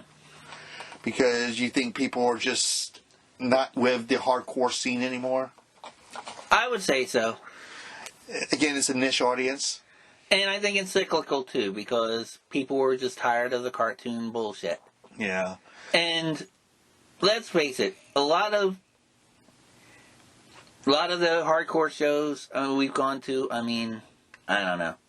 It's a wonder they're still alive. It's a wonder they're still alive. It's a wonder the people are still alive. It's a wonder the people haven't killed other people after going to those shows. Some of those fans are just... they're maniacs. Yeah, and some of the gimmicks, I mean, it's like, how are you going to convince people now to... I mean, yeah, a lot of wrestlers say, okay, yeah, I only made like $5 driving, 800 miles to somewhere in Butt Munch, Arkansas, but that's paying dues. How are you going to convince people to drive that far to a match, and it's like, okay, I'm going to wrestle you, and we're going to hit each other with light tubes and barbed wire and thumbtacks. I mean, there are some people that are sick enough that they would do that. They would do that for free because Nick Gage. Yeah, he didn't do it for free. Well, he may have done that for free and maybe supplemented it with the bank robberies. But yeah. I mean, it's just different stuff there. But like I said, Nick Gage is going to be a Dark Side of the Ring. Right. I cannot wait for that. That should be an interesting show. I don't know who they're going to talk to in that show. I know they're going to talk to a lot. They'll probably talk to Zandig. They'll probably talk to DJ if DJ will allow it. Probably, maybe Ruckus? Ruckus, yeah. I'll text Ruckus to see if they contacted him. Who was that guy he was partners with for a while is the late Nate Hatred. Okay, all right, so he's out. Yeah, maybe they might have old clips with him. What about like Necro Butcher or somebody like that? His brother, Justice Payne. Oh, I didn't know that was his brother. That was his brother. Yes. Oh, no kidding. Justice Payne is his brother. I didn't know if he was still alive or not. Um. What about Lobo? Is he still around? Yes. Okay. I think he still helps him out behind the scenes. Okay. People who have just been in the ring with him. Halfbeat, the one I told you about, Halfbeat Billy Graham, who was a manager of a cult faction there called Cult Fiction. Yeah. He had feuds with Nick Gage. Drew Gulak had feuds with Nick Gage. And that brings up another thing. Think of all the names that have come through CCW who are going to bigger and better things. Moxley, Callahan, Kingston, Cesaro. Who was that guy that was with Sheldon Benjamin? He was Brian Haas. Haas, he was, I mean, for a while he was probably the biggest name there. Was he with CCW? Yeah, he was. I forget who he tagged with there, but he was there for a long time. He was really over there. Kevin Owens, Generico. I remember talking to Sammy before when he got signed, and saying, "I hope I see you main event a pay-per-view with CM Punk." Mm. He gave me that look at like you're shitting me look. Who else has come out of that promotion? I think Seth worked it when he was still Tyler Black. Right. Well, and then later years when they were less hardcore, you had like guys like Aldis. You had AJ did a show when he was still between promotions. Yeah. AJ did a show. So now does that count? Or because I mean, wasn't that the period where they were kind of feuding with Ring of Honor and try to? No, this is when he left TNA. And right before he signed with WWE, and he was doing indie bookings. Okay. A lot of those guys did that. When Hero got let go from NXT, he showed up in both Ring of Honor and Cage of Death the same night. Right. Because they were like an hour drive from each other, I think. Mm-hmm. And I haven't heard from Hero since. Okay. The best name coming out of that class is Moxley. Now, yeah, Moxley coming out of that Adam Cole cut his teeth there. Who basically was a lot of people think of him more as a Ring of Honor guy before NXT. But. Well, the thing is, he got trained by DJ and John Dahmer. He went to wrestling school at the CZW dojo. I would say Moxley and Adam Cole being the two biggest names coming out of CZW. Could be, yeah. I wouldn't be saying Callahan, would you? I wouldn't. No, not really. Callahan, I mean, yeah, I guess you could say, as far as coming out of that company, yeah. Yeah. But like I said, I don't know what to say, man. It was just... Well, Trent Acid, I guess you could make an argument for him, too, but... I actually, when I saw him the first time, I was like, this is going to be the next HBK. Yeah. I thought he was going to be... That's because he wanted to be the next HBK. I remember him, and then the first show you took me to, he came out of the tunnel, the entranceway, eating pie. I even said, I didn't like the Rock. Says, you met Missy Hyatt, too? Yeah. I said, you must like pie. He says, yeah, I eat it all the time. Yeah. Michael Verdi would have been a big name if he didn't have demons. Yeah. Again, it's demons. And we lost a lot of people in the business to demons. Yeah. But anything else you want to talk about, my friend? I can't think of anything at the moment, because, I mean, pretty much I was going to make this the whole Brodie Lee show, but you adding with the New Japan stuff, that's a lot. So, I mean, going forward... What can be said about Brodie that hasn't been said already, you know? Right. And like I said, our condolences go to his family. Mm-hmm. I mean... Now, let me ask you this, Chris. Going forward with these companies as far as COVID and latest news with that sort of thing, I mean... Where do you think they're going to go with the Royal Rumble? Vince wants crowds. It ain't going to happen. Then again, I do not know what the rules of Florida are, and they are using Tropicana Field, which they can expand. Mm-hmm. They're allowing, 1,000 people at Jacksonville? Right. They could allow at least 1,500 at Tropicana? But there's a difference. The venue in Jacksonville is outdoors. That might be a consideration legal-wise, too. Yeah. Again, Tokyo Dome tomorrow night. I mean, while we're sleeping, they're going to have the show. They're 50% capacity, and that's an indoor arena. Right, but that's Japan. It's different. And they handled it differently than we did. Yeah, in a lot of ways. Yeah. I mean, I've covered that on some of my other show, the Pro Baseball World Tour, which you can also catch on this network, by the way. But no.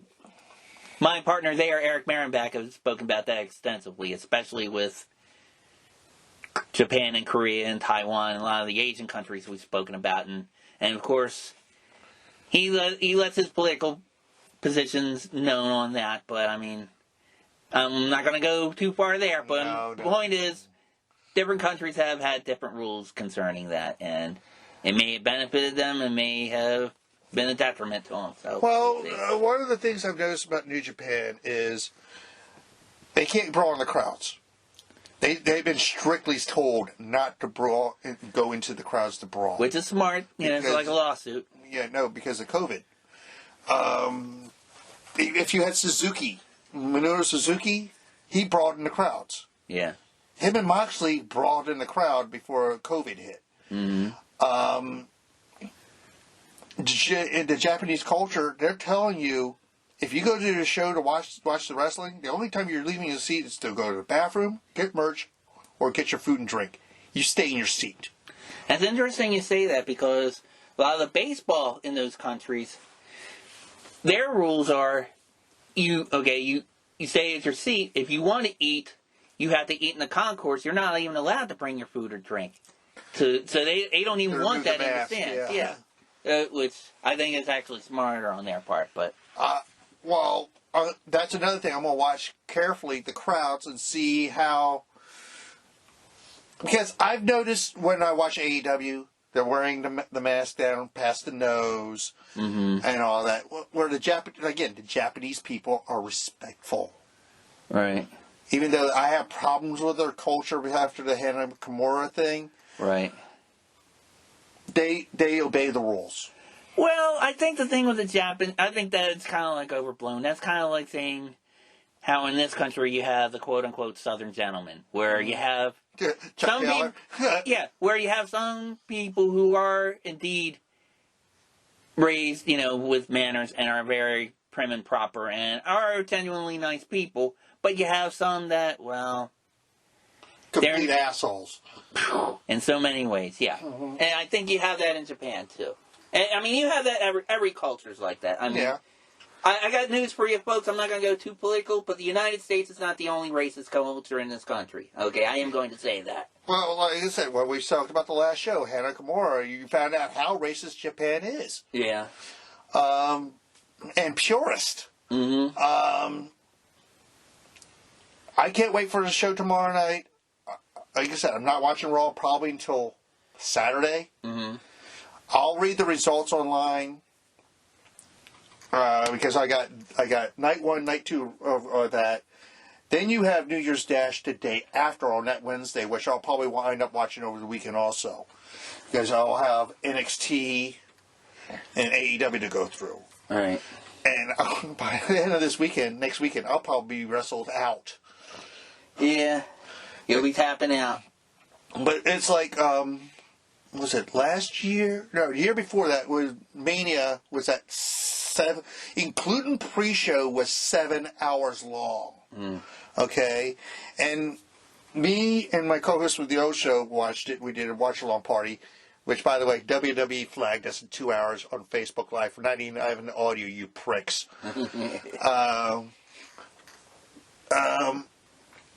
There was the WrestleCon, which they had various little independent promotions having their pay-per-views. Right. I watched the Shimmer one. I watched the CZW one. I watched the Ring of Honor one. I mean, after that whole weekend, especially the one they had in New Jersey when they had the Garden Show for Ring of Honor. Right. You're watching so many shows, you're getting tired of it. Right, yeah, I can see that. It's like that, what was it, Brewster's Millions, when the relative says, I'm going to make you spend so much money so fast, you're going to get sick of spending money. You're going to get sick of seeing money. I guess it depends. I mean, if you're hardcore, like if you go to like a WrestleMania weekend and you go to other promotions, I mean, you're pretty much, that's your vacation. That's what you're down there for. I mean, on my baseball show, I've talked about traveling to other countries to see some baseball. There's actually a tour group called Japan Ball that actually plans trips to see a week of Japanese baseball, where you have a paper, I mean, including your package, it's the games, it's the hotels, it's the bullet trains, and all that good stuff. So it's like, you know, if you have to really like baseball for it. If you're just like a casual baseball fan, I could see, like, if I brought a special someone with me who's like, okay, yeah, I like to watch the Orioles now and then, but if I brought her, she'd be like, all right, are we done with watching baseball or what? Yeah.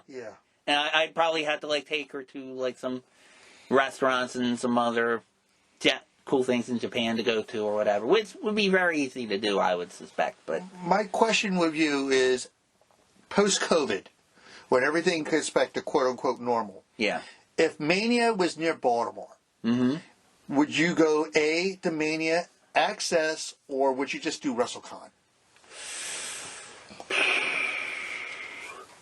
Good question.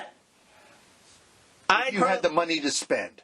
That would be the consideration, because that would be, I mean, be very expensive. I would probably go to, I guess it depends which promotions were at probably the WrestleCon, because I'd want to see Ring of Honor and NWA and MLW and companies like that, or Shimmer and stuff like that. Especially Shimmer. I would love to go to, it'd be my first Shimmer show ever. So I'll be like, I love to see what those girls can do.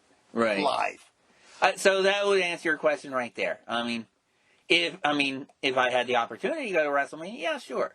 Access would have been fun, but it would have been fun just for like that, you know, for that nostalgia thing. Actually, one thing I wanted to do that was fairly close to here, but they had a bus trip from Jimmy's Seafood here in Baltimore. The Bullet Club thing, that was in Jersey, yes. They had a big party there, and I think, now I'm not sure if it was, I don't think WrestleMania was included in that, but I'm trying to think if they had a part, it was just for people who wanted to go to WrestleMania and then go drink at the bar that they rented out and then go to WrestleMania and then come back on the bus. That's what it was, yeah. So, I mean, but worse comes to worse, I just go there to meet the Bullet Club, watch Tama Tonga and his father, King Tonga, try to beat the crap out of Simon Miller and the What Culture guys, and then watch WrestleMania at the bar, and then get back on the bus to Jimmy's, and then, you know, hopefully I'll sober up by the time we get home. But, you know. Well, this is also going back to New Japan and Bullet Club and all that. They were supposed to have a show last August at the Garden. They postponed it to August of this year. I'm going. Going where? Madison Square Garden. Okay. I'm formulating a plan on how to do it, and I think it's going to be cost effective and everything. As soon as tickets become available, I'm getting my tickets. I want to go to, that's a bucket list thing. I want to go to the New Japan show. Okay. The closest thing they've been here, outside of mixing it with Ring of Honor, was the old ECW Arena. Okay. They did a show there. It was Tiger Hattori's retirement tour, matter of fact, the referee. And I would love to meet some of these guys. I have a friend of mine that met Ishii, Tomohiro Ishii, former Ring of Honor television champ. And he said his English is not good at all. Right. He just said thank you a lot. Okay. That's all he knew how to say is thank you. Right. Oh, thank you. But I would love to meet Naito. I would love to meet Okada. Me and you probably a kick just hanging around Suzuki. Maybe, maybe not. I'd probably be scared to hang around him, but He'll probably want you to hit him and keep on laughing. Yeah. But and that's a bucket list thing. I mean, I have a wrestling bucket list. That, go to Mania.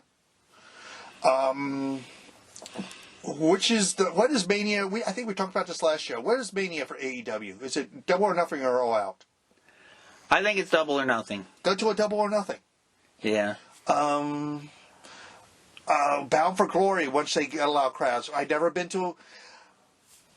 When TNA Impact was touring, and I heard about this, they did through the 3 stadiums, Salisbury, Bowie, and Upper Marlboro. You know how many... And I think they did Frederick, too. They did Frederick, and you know how much crowd they drew combined shows? How much? MCW drew more than one show than they did combined. I was surprised at that, too, because a friend of mine, I think he went to the one in Aberdeen, and he said it was a fairly decent crowd, but, yeah. Because I heard they drew maybe 100 people in Bowie. And I remember Dixie was promising Baltimore Arena at one time. Right. And they had to cancel the show because nobody was buying tickets. Right. Again, I would like to go to various promotions to see their big show. Mm-hmm. Once COVID is done. Well, what about, never mind going to New York or something to New Japan. What about going to Japan to see New Japan? It'd be cheaper just to see them here around here. Of course it would be cheaper, but, you don't have the Japanese crowds. There's probably a lot of pageantry you don't get. Pretty much, They're sitting on their hands, They're sitting on their hands. They're going, ooh and ah. Not necessarily. They have, the banners and stuff like that. And I think it's just a different culture altogether. I don't think, Respect. Whereas you go to... Basically, if you go to a New Japan show like the Hammerstein Ballroom, it's another New York indie show. You're going to get the same people that went to... The drunk assholes. Yeah, the same idiots that went to ECW shows with us 30 years ago, okay? Drunk assholes, yeah. If I had the money for me and you, I would take us to Tokyo Dome. Yeah. Just for the Tokyo... We're saying, we're at the Tokyo Dome. Mm-hmm.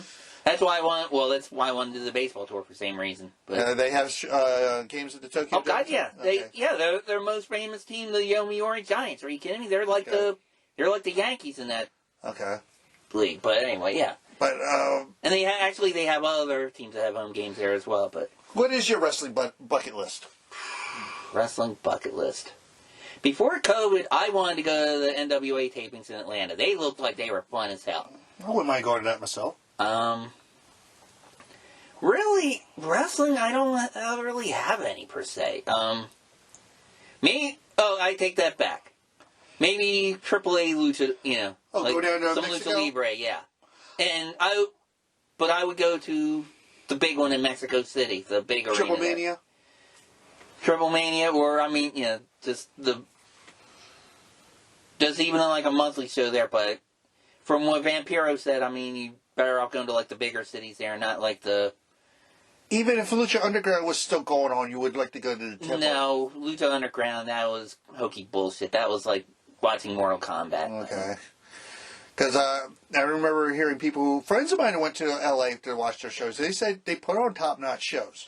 The matches were okay, but I'll tell you what I liked. It wasn't on the air that long. Right. You remember MTV did a... Wrestling Society X. Yes. That was crazy as shit. They tried to be like the Japanese death match and the hardcore stuff. It didn't even last a season, from what I understand. No, well... And Ruckus was on there. Ruckus was on there. Vampiro was on there. A bunch of... Colt Cabana? He had a bunch of names on there, yeah, but... He was under a mask. I forgot what his name was. Right. And Jack Evans, who... from what I'm hearing, he's a bit of a problem child. Mm-hmm. And I'll tell you the truth, I wouldn't mind going to Jacksonville to see Dynamite down there. Yeah. I'd probably have fun at one of their shows, but... Yeah. Damn. An AEW show would be great for Jacksonville. One bucket list that basically had the bucket emptied out by Vince, I wanted to go to the UK to see... Defiant and IWC over there. He killed the scene there. He did. He did. And it was an awesome scene. I saw about 3 or 4 promotions from that country. It seemed like they were a new hotbed for wrestling. I wanted to go there. You're not going to like what I'm going to tell you next, because he's trying to do that in Japan now. He's been trying to do that for a while, but... He tried to buy All Japan or Noah. Yeah. And to make it in NXT Japan. No, which Noah... That was Misawa. Noah arigato to that, okay? Yeah. Well, Misawa, that was Misawa. If you know the story about Noah, Noah got started when Baba's wife took over the company. Right. And all the Japanese talent left and started. Misawa started that company because, for what I heard, Misawa, Baba's widow was a mark for the Americans. Mm-hmm. She liked the big American monsters like the Stan Hansens out there. And they liked, from what I heard, a lot of them on interviews. They probably liked Mrs. Baba and Baba himself. I mean, it's like Stan Hansen couldn't say enough nice things. I mean, Bruno Sammartino liked Baba, so it's like. Baba was very well liked, very well respected. Also, kind of like Brodie. He was fun to play in a video game too. Yeah, I remember it. Yeah, but it's there's not a lot left to do. Bucket list for me is to see a New Japan show. I mean, yeah, but COVID wiped a lot of that out too. I mean, I hope I'm wrong, but I don't know if there's going to be an NWA. After.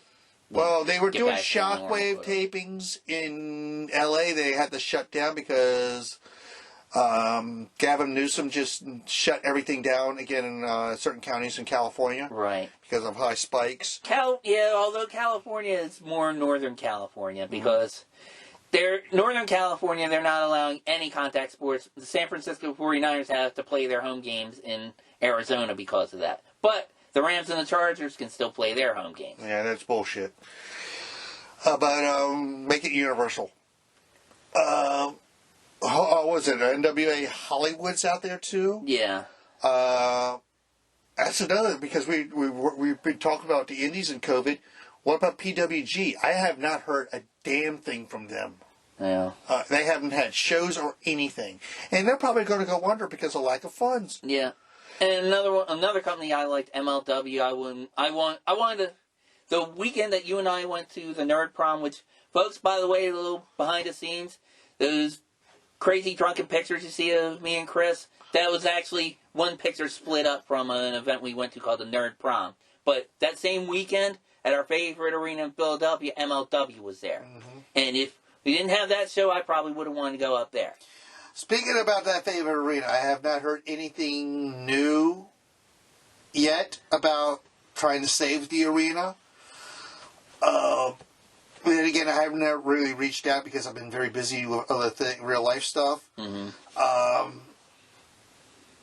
If they save the arena, be great.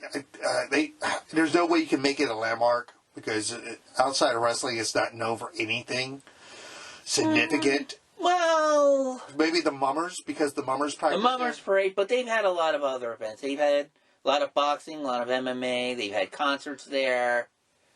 Would you make that a historical landmark then? I wouldn't say that. No, that's what would save them. That takes a lot of paper. Well, even that wouldn't save them because there have been some stadiums that had landmark status and still get torn down. But yeah, like no, Dallas Sportatorium. Right.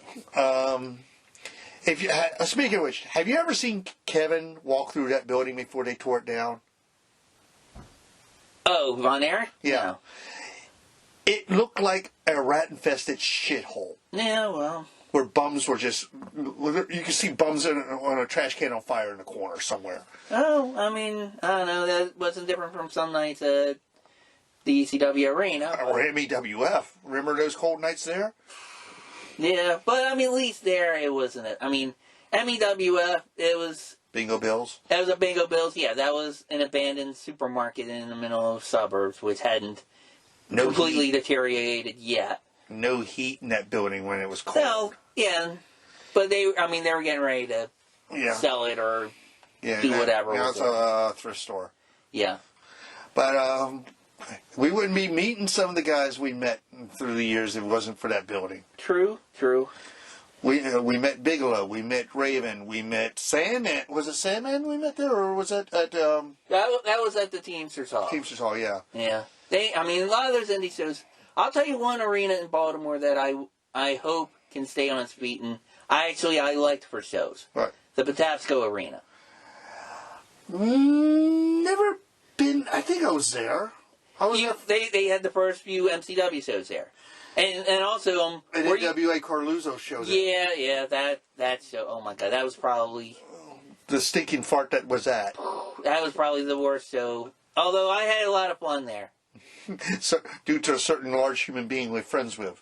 Right. Yeah. Well, yeah, the fact that he drew heat with the Pitbulls and Missy Hyatt. Yeah. And one of the people that they had in there, they had a guy who was our current age then, called Corky the... I'm not going to say... Oh, yeah, I remember, yeah. Where he was supposedly... Like, they're Eugene.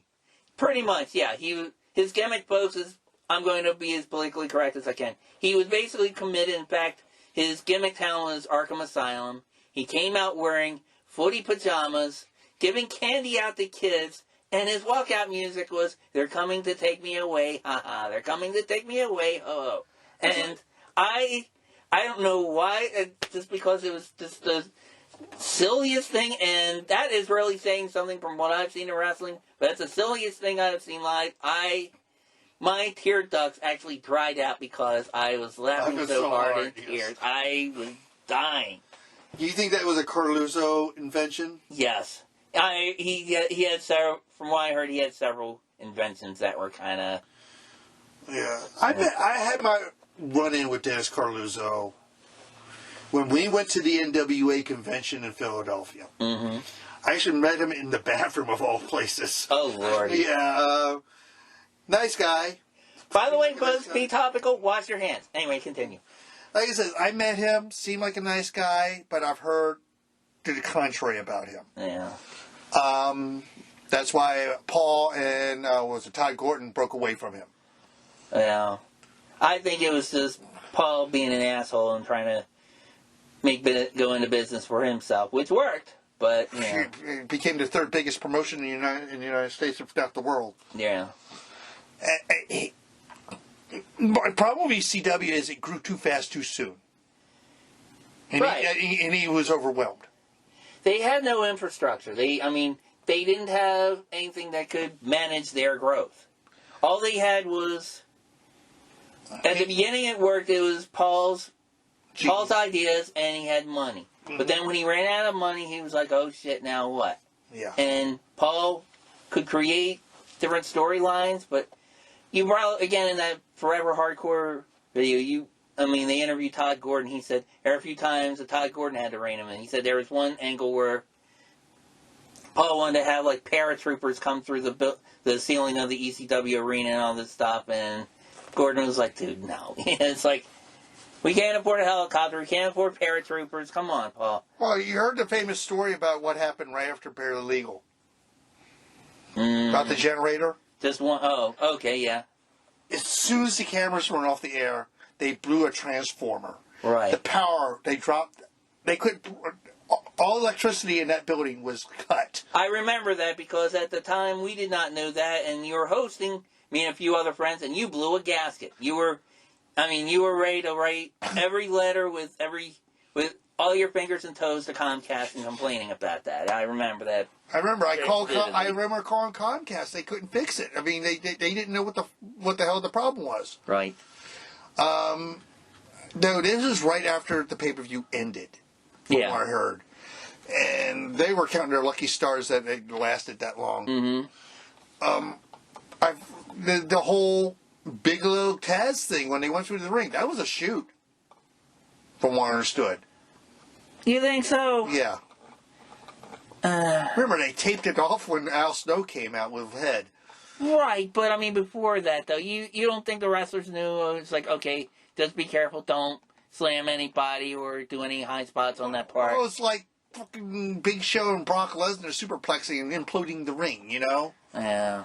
Which happened twice. Right, but that was bullshit. That's just how they set up the ring. And they just did another one with, was it Keith Lee and I think Big Show? Yeah. And they did the same thing.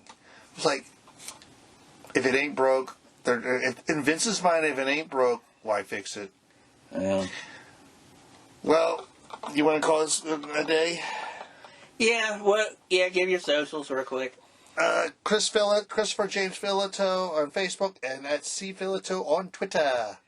Alright, and my socials, I'll just give the socials that you already know. You're listening to the RTC Multimedia Network here on YouTube. You can also follow our Facebook group for RTC Multimedia. Our Twitter group, on Twitter we are at Comic Book Action Theater because that was the first show that we had on this program, but we're still keeping that feed so to keep our previous followers. But you can follow us on that, comment on that, and on this video, leave comments as well. So we welcome all comments. And by the way, before I let you go, I want to thank two old friends of ours, Lisa and Eric. They are with a band in Philadelphia called Workhorse 3. They supplied us with the new theme song to our entry. Our first episode, we had the song Shut the Fuck Up from Brides of Destruction. We had to change that because YouTube said naughty, naughty, copyright. So we got permission we're friends with these people. We got permission to use the song. They granted it. They're huge wrestling fans, and thank you very much. And after that, we're going to play a little message on their behalf, and we will talk to you next week. See ya! Eric Perfect, drummer for the band Workhorse 3, and renowned tattoo artist, is selling paintings of his original artwork. Eric's Instagram account has several designs for you to choose from.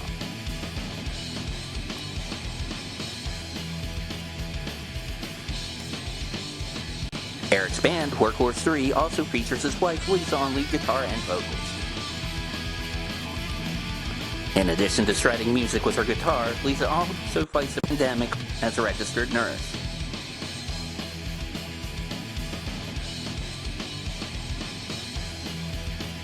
Support small businesses and first responders by ordering Eric's artwork and Workhorse 3's music.